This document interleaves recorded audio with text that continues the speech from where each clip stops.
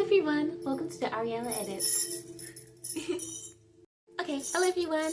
Thank you for watching, and today's topic is why are we embarrassed to like girly things? I wrote this full script and everything at my cup of tea. I'm really so excited. Okay, so hi gems. I wanted to talk about something that I've been thinking about for years. And honestly, I think about it every time I see another trend online celebrating hyperfemininity. Because the truth is, I never really understood why being feminine seems so embarrassing for so many girls growing up. I remember a very specific day from elementary school.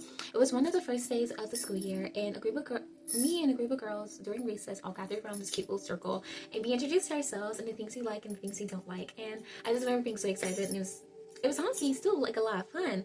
But I remember genuinely being shocked by something. One by one, the girls all started saying the things they disliked, and somehow the answers kept being pink. I hate pink. Don't like pink. Pink is gross. Pink is girly. They didn't like frilly things, ribbons, all the girly stuff. They all was like, I don't like girly things. I'm not like those girls. I think this is when the I'm not like other girls trend was happening. I was not allowed to be on the internet or have like a personal device or anything, so I wasn't really a part of it because I wasn't aware of it. But all of them did have like either an iPad, tablet, phone, whatever. And I remember so much hearing the phrase, I'm not like other girls, but like in real life, and I'd just be like, what? And I just remember sitting there completely confused because at the moment I was literally wearing some pigtails with a bunch of cute hot pink bows in it, and we had to wear uniforms. I had a uniform shirt, but my mom had like sewed ribbons, like a white ribbon on it, so it was like around the neckline, and I had a pleated skirt, and I had these white tights that had pink sparkly butterflies on them, and I had matching pink tennis shoes. So I'm basically the physical embodiment of everything they were describing that they dislike. And I remember thinking, wait, what's wrong with pink? Why is everyone acting like this is something we're supposed to dislike? At the time, I just assumed it was a phase. I thought maybe when we got older, things would change. But they didn't. If anything, I noticed a pattern becoming even stronger. Not just with pink, but with bows, which is, I guess, ranges more as you get older. But like with bows, with glitter, with dresses, with dolls, with makeup, with anything perceived as stereotypically feminine, there was this subtle pressure to distance yourself from it. And what's funny is that years later, I would actually become friends with a lot of these girls and women that were saying these type of things. Not like other girls, I don't like girly things, I hate pink, I don't like frilly things. The ones who claimed that all this was childish and rolled their eyes at hyperfemininity, only for me to discover that many of them actually did like those things. Some of them even loved it. I will often get even today, I often get like a lot of compliments from friends I make that are like very tomboyish in their style, or just like only wear black and like very simple clothing and only all black all the time. And they'll look at me and be like, I wish I had the confidence to dress like you. Because I love me a good bright color. If I'm not wearing pink, it's like a pastel like this, and this has like a bunch of colors, and that's my loud jingly bracelets and my little scarf with a bunch of colors. And honestly, this is me very, very casual. Usually I'm usually having way more pink and way more glitter and way more sparkles, and my friends just be like, girl, I wish I had the confidence to do that every day. And a lot of them follow creators online who dress very hyperfeminine, have Pinterest boards full of soft pink aesthetics. Some have expressed to me how they wish they felt more comfortable dressing hyperfeminine and girly and prissy, but they were afraid of being judged, and that's what fascinated me, because that fear never really crossed my mind growing up. I never even knew that was a thing. I never felt embarrassed by liking feminine things. I started wondering, why were we so different, and why were so many girls afraid of being associated with femininity?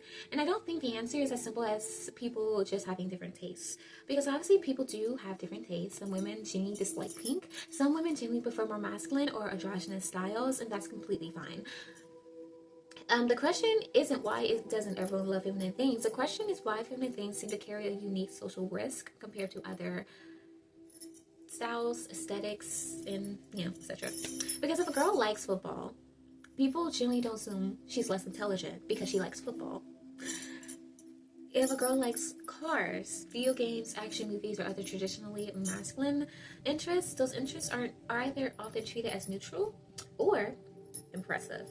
But feminine interests are often treated differently. Liking makeup, fashion, romance, pink and dolls, beauty content, celebrity gossip, sparkles, anything that's traditionally feminine often comes with the expectation that you prove that comes with the expectation that you need to prove that you're still serious, intelligent, and capable. Because since you like all those things, that automatically means that if you have nothing else to you, you're dumb, you have no intelligence, a waste of space. And I just think a lot of girls pick up on that very early, even if no one said it to them directly. Because children are incredibly good at detecting social hierarchies. They learn quickly which things are social approval and which things are ridicule. And historically, femininity has often been associated with weakness, or superficiality, irrationality, frivolity. Not because those associations are true, but because societies have often valued things associated with men more highly than things associated with women. And I think about how we talk about hobbies. Yes. When men spend hundreds of dollars on gaming equipment, sports memorabilia, fantasy leagues, or collectibles, people often describe it as a passion, and a lot of people even defend it that they deserve to spend their hard-earned money on things that they enjoy and things that they like. Okay, I think that's a valid argument, to be honest. Fine. But when women spend their money on beauty, skincare, makeup, fashion, shoes, nails, hair, accessories, people are more likely to call it vanity. People are more likely to say they're being done with their money, they're spending their money on stupid things, and that they should spend their money more smartly. Everyone has an opinion once a woman starts spending her money on traditionally feminine hobbies and things like that. Like, let's say a woman, she just absolutely loves antiquing, and she likes getting little tiny collectible objects, and let's say she's spending good money often on it. People are going to have a very different opinion on if she was a guy, and let's say he's buying sports cars. And I'm like, oh, I mean, he deserves to get the sports cars. He likes those things. He should be able to spend his money on that. But like, when as a woman, it's like, so she's being done with money. She doesn't know what she's doing. That's a waste of money. No, blah, blah, blah. When men obsess over statistics from professional sports, it's often considered expertise, again, just a hobby. The reaction is usually neutral. But when women obsess over beauty trends, it's automatically superficial, and she needs to get better hobbies that are actually more intelligent, or blah, blah, blah. Like, I don't have the word exactly to describe it, but people are usually just very dismissive over, like, stereotypically feminine hobbies, versus men have obsessions over sports. It's like, oh, well, that's their thing. That's their thing, it's whatever. Obviously, these are generalizations, really, but they're still patterns worth noticing, and I think a lot of girls notice them too. I think many girls learn that femininity is something to enjoy privately, but distance yourself from publicly. You can like pink, but you can't be too pink. You can't be too pink. Your whole bedroom can't be pink. I'm working on it. You can like makeup, but you can't care too much, and you can like fashion, but you can't seem shallow. You can like romance, but you can't be one of those girls.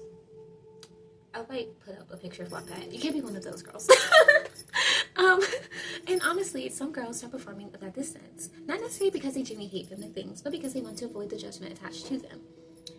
And honestly, I think social media has made this conversation even more interesting. Because we're living in a moment where hyperfemininity is becoming more visible again. We're seeing bows and lace and coquette fashion.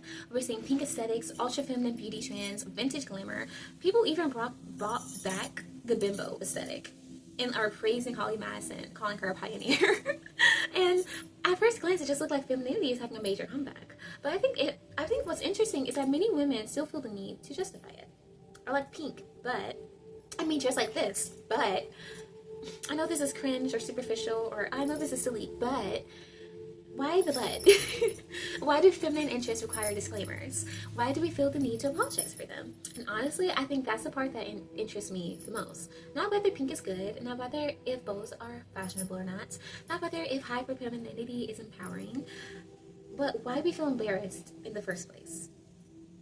Embarrassment tells us something about what our culture values, and I think for a very long time our culture has encouraged girls to move away from femininity in order to be taken seriously. The irony is that many women eventually circle back to it. Not because they're becoming less feminine, but because they're becoming less afraid. Less afraid of seeming childish, less afraid of seeming superficial, and less afraid of being judged. I should call this like a proverb, an old proverb that I've heard a lot of older people say. It's like the older you get, the less you care. And the less you care, the more of your true natural self you become. As I've gotten older, I've become even more comfortable with the things that I genuinely like. The pink, the bows, the glamour, the drama, the sparkle, the exaggerated femininity, and my obsession with pink. Not because I think everyone should like those things, but because I don't see any reason to be embarrassed by them. at the end of the day, I think the goal isn't for every woman to become hyper feminine. No. The goal is for women to feel free. Free to like feminine things and free to dislike feminine things. The freedom to wear pink and the freedom to not wear pink. The freedom to be glamorous and the freedom to be minimalist. Free to be whoever you actually are. That's in... I'm so sorry. Because the opposite of empowerment isn't femininity and it isn't masculinity. It's feeling like you have to hide parts of yourself to earn respect. And I think that's why this topic stayed with me all these years. It was never really about pink. It was about why so many girls felt like they had to reject something before anyone asked whether they genuinely liked it. And honestly, I still think that's a question worth asking. Let me know your thoughts. Do you ever go through a not like other girls phase? Or were you always comfortable in liking whoever it is that you did like me? Thank you guys so much for watching, and I really hope that you liked the video, and I would love to hear your thoughts, so comment below.